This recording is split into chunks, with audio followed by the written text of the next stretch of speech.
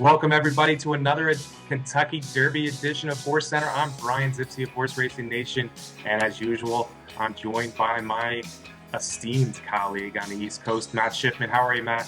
I'm great. Good to see you, Brian. Good to see you, Matt. And even better than seeing your smiling face is talking Derby. I've always liked it. Even when I was younger, I always liked it when people talk Derby to me. So let's get started, Matt. Let's jump right in. We probably last weekend was the biggest day of Derby preps. Saturday was the biggest day of Derby preps we're going to have on the 2015 calendar.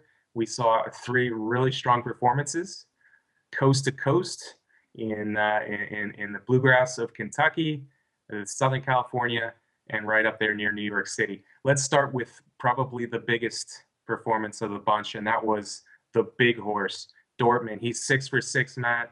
His Santa Anita Derby may have been his most impressive looking race to date. 6 for 6. Is he your Kentucky Derby favorite? I think he is the Kentucky Derby favorite right now. I moved him to the top of my my poll vote for 3-year-olds. I put him ahead of American Pharaoh. Finally, he has done nothing wrong. He did nothing wrong in the Santa Anita Derby and dispatched that field pretty easily. Dispatching the field, I think, is the perfect word, Matt. He kind of shed them like the horse flies, if you will. Some decent horses we thought going in. One Lucky Dane, his stablemate was second. Prospect Park, Bolo, both had some high expectations going in, and neither of them really were able to mount any serious rally. And in fact, the stablemate One Lucky Dane held on for second, but this was really a one-horse race, all Dortmund all the time. I wonder, it looks like there's going to be a lot of pace lining up as part of the 20-horse Derby field this year, and some of the bigger names. Do you think Dortmund is the tractable type, the big 17-plus hands horse? Can he sit in third or fourth or sixth early? I think that certainly is the only remaining question for Dortmund. You and I both know well that the ideal Derby styles are coming off the pace. And even deep closers, although stalkers have done well, I can't imagine that Dortmund wouldn't be able to run a nice stalking kind of race. But again, we haven't seen that as much as we did last year with California Chrome. California Chrome kind of ran the same race in the Derby that he had run in all of the impressive Derby preps there, stalking, making that move. So I think we still need to see that from Dortmund, because winning on the front end or just very right behind the front is a very hard thing to do in the Derby. Yeah, it makes me think of two things, Matt. First of all, he did do it once. He did it. I guess it was the Los Alamitos Futurity, where he was able to come from behind a little bit and run down a firing line, and Mr. Z late. So he has it in him, which I think helps the cause. He also reminds me a little bit of Point Given, who was another Bob Baffert trained horse. And he had shown more ability to rally in his prep races before the Kentucky Derby. But he was probably a big giant horse, just like Dortmund as well. Yes. He was probably a little too close to a really fast pace in that Derby. And I just have a feeling, seeing how everything is lining up, we're going to have a fast pace this year. So just like it was the demise of Point Given, his only loss as a 3-year-old, could happen to Dortmund. And we've got that field of 20. Field of 20, so a lot of energy, a lot of excitement, a lot of hoopla going on early. It's just a little bit easier for jockeys to go a little faster than they want early. Yeah, and one more thing with the Santa Anita Derby, I don't know how you felt about Prospect Park, but watching the replay again a couple times today of that race, going down the back stretch, it looked like Prospect Park wanted to run on the back stretch, and the jockey really pulled back on him hard going down the back stretch. And I don't know if that kind of threw him off for the rest of the race. So I give him a little bit of an excuse in there. I don't know if I would call it necessarily a bad trip, but I didn't like what was going on with the jockey and Prospect Park in that race. I think it was was it DeSormo up on Prospect Park? Yeah. So I might give him another Sormo chance. rode him, and another chance. He might get another chance in the Derby. He might not. Yep. He's right on the kind of the borderline right now, getting in with only 30 points. Yeah, I agree. He wanted to be a little closer early, and I can understand why they wanted to keep him back, kind of teaching him for what we just talked about, the Kentucky Derby. And then he came to the rail, and he didn't really have a punch in the stretch. I'm getting to a point now where excuses are you run a race that ugly, for lack of a better word. I don't know if you're going to be on my Kentucky Derby ticket at least. Hey Matt, let's jump from California. We got some other big races to talk about. We got the Carpe Diem show over at Keeneland on Saturday, and he was, as expected, he was 2 to 5 in a pretty big field, but it was all Carpe Diem all the time. He seized the day, dare I say, in the Bluegrass. He's only lost once. That was the second in the Breeders' Cup Juvenile. How serious a candidate is Carpe Diem for this year's Kentucky Derby? I, I like him. I think, again, like you said, Brian, he really has done very, very little wrong in his career. I like that in his two starts this year, he doesn't appear to have been overextended. It doesn't appear that these two races are going to take a lot out of him. I think he can move forward from these races. I think he's the kind of horse that'll be able to come from behind.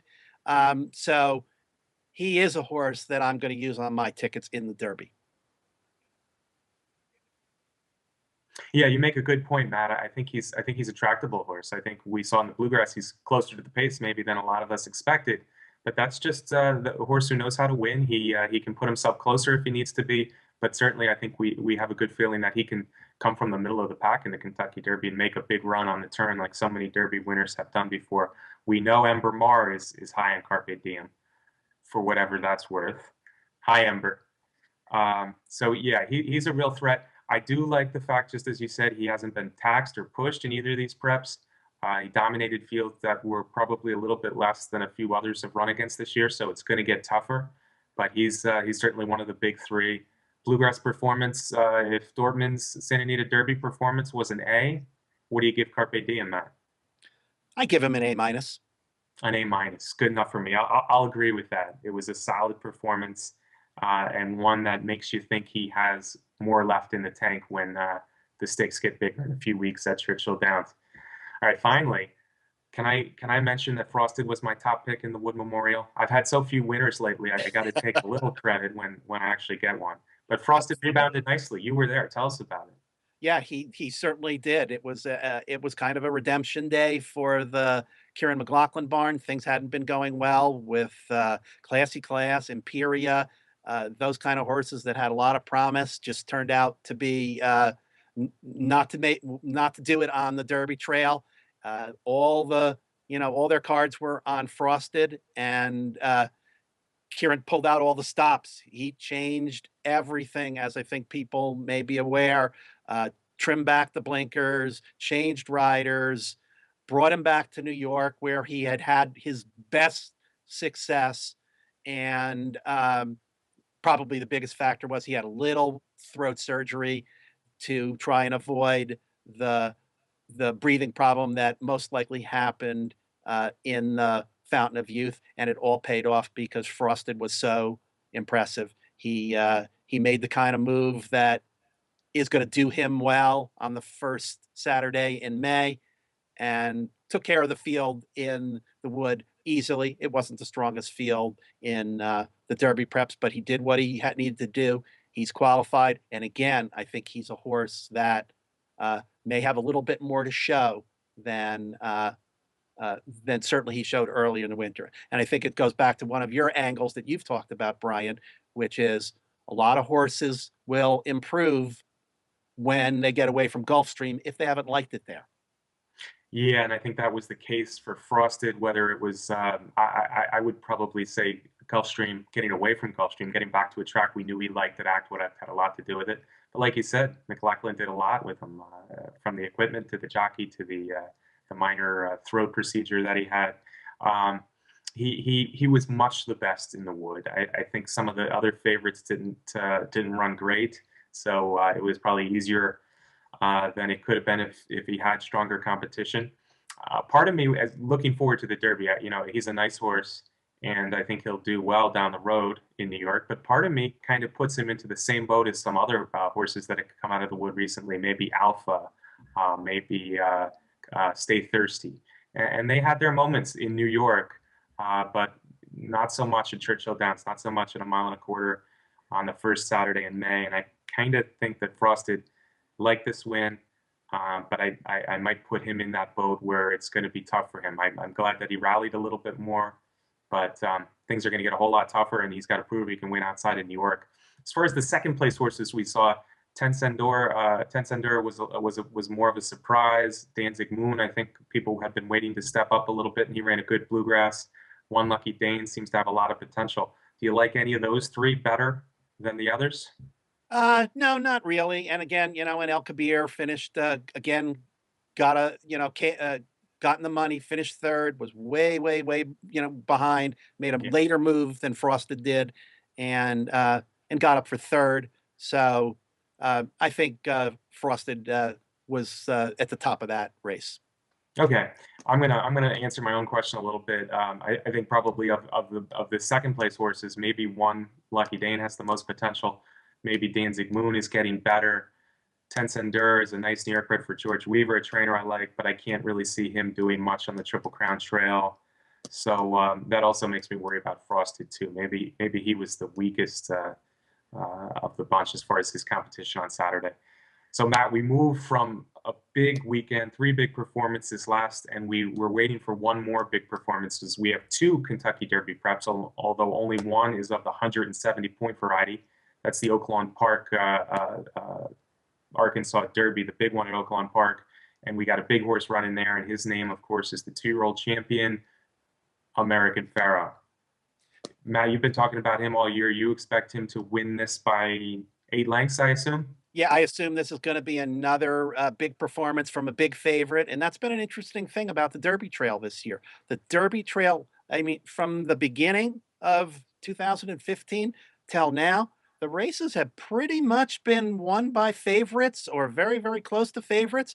It's been a very interesting that regard. It's been a really interesting Derby Trail.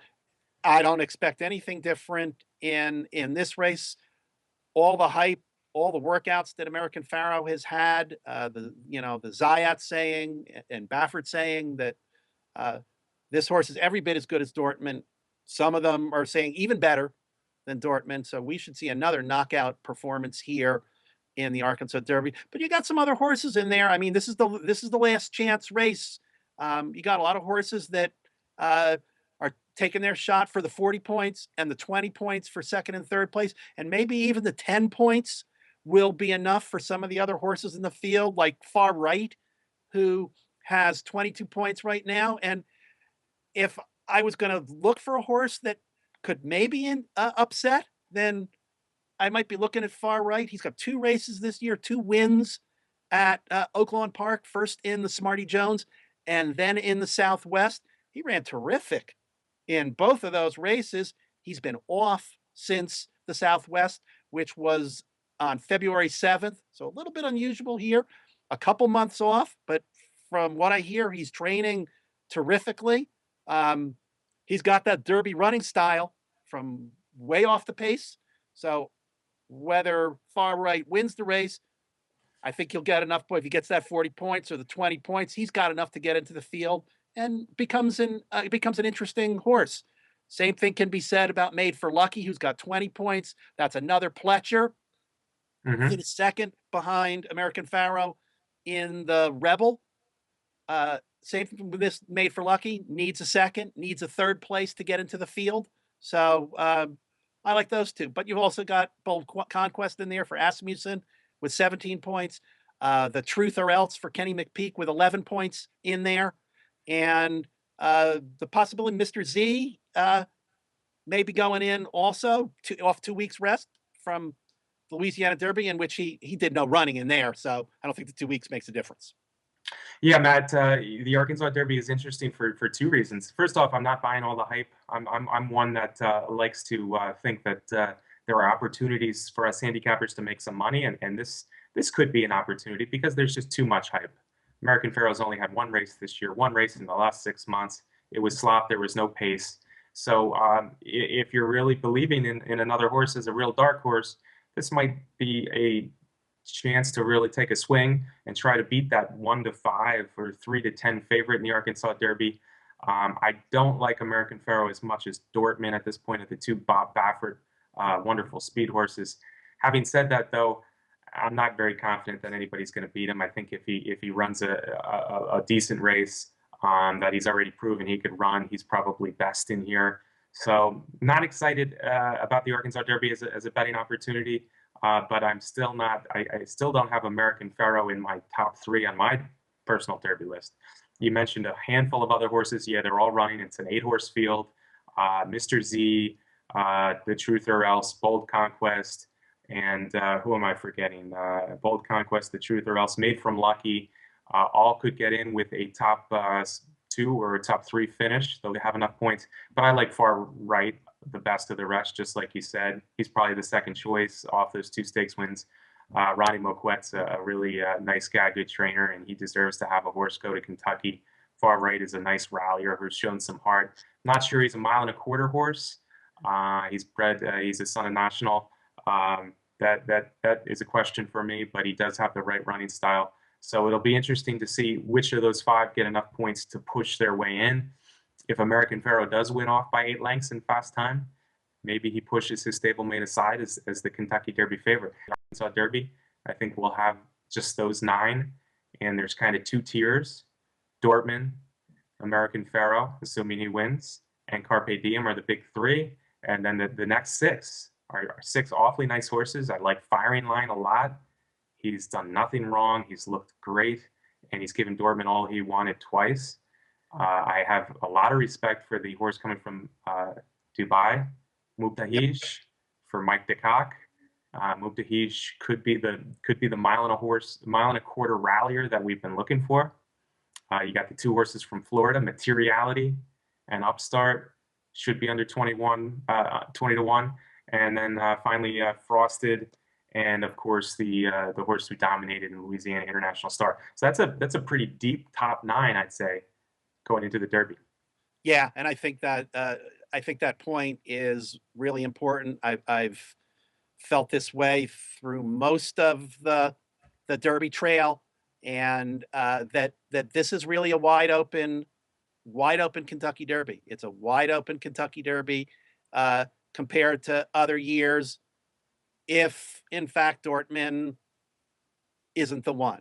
If Dortmund is the one, then that'll be great to see. But I think it's a wide open Derby. It's a wide open Derby in terms of who can get the distance, who's got the right, as you said, we got a lot of horses that like to be up front, who's got the running style. So I think it's going to be a really interesting Derby. I think the 20-horse field is going to certainly be a big factor. Yeah, it's setting up nice, Matt, with the 9 horses that I mentioned. I tell you what, especially if American Pharoah wins pretty nicely in the Arkansas Derby, even if Dortmund is the favorite, I don't really see anybody under 4 to 1 with those 9 horses, especially that I just mentioned. So there should be some opportunity to do some good handicapping in the Derby and win some money. And this is what we're going to start doing in these next few Kentucky Derby editions. We only got about 3 more weeks. The Derby's in 24 days, which is exciting. We're getting closer. One last quick mention, there is another prep that I alluded to before. It's the Lexington. It's kind of not a big point race anymore, with only the winner only getting 10. Divining Rod looks like the favorite in there, and even with 10 points, he would probably not qualify.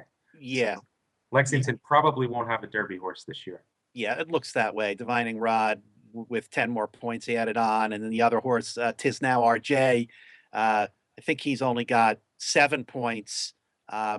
Even with the 10 points, they're going to be tough calls. I think this year, Brian, the cutoff number could be the largest number of points that we've had.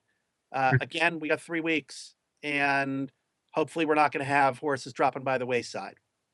Yeah, right now, 30 points is looking like a reasonable bet with the cutoff, because you're going to have some of those Arkansas Derby horses, the 5 especially that we mentioned, jumping up past 30. So yeah, 30 might be the minimum amount to get in this year. We're going to talk about the Derby a lot in the next few weeks, Matt. Let's just enjoy what happens at Oaklawn on Saturday. big performance maybe by American Pharoah. Maybe he'll get upset by a horse like Far Right. We'll see. As always, thank you for joining me today. My pleasure, and I want to thank everybody for watching the show this past week. Yes, thank you to all watching. Again, we've been brought to you by Horse Racing Nation and Derby Wars. Enjoy the Arkansas Derby, and we'll see you next week.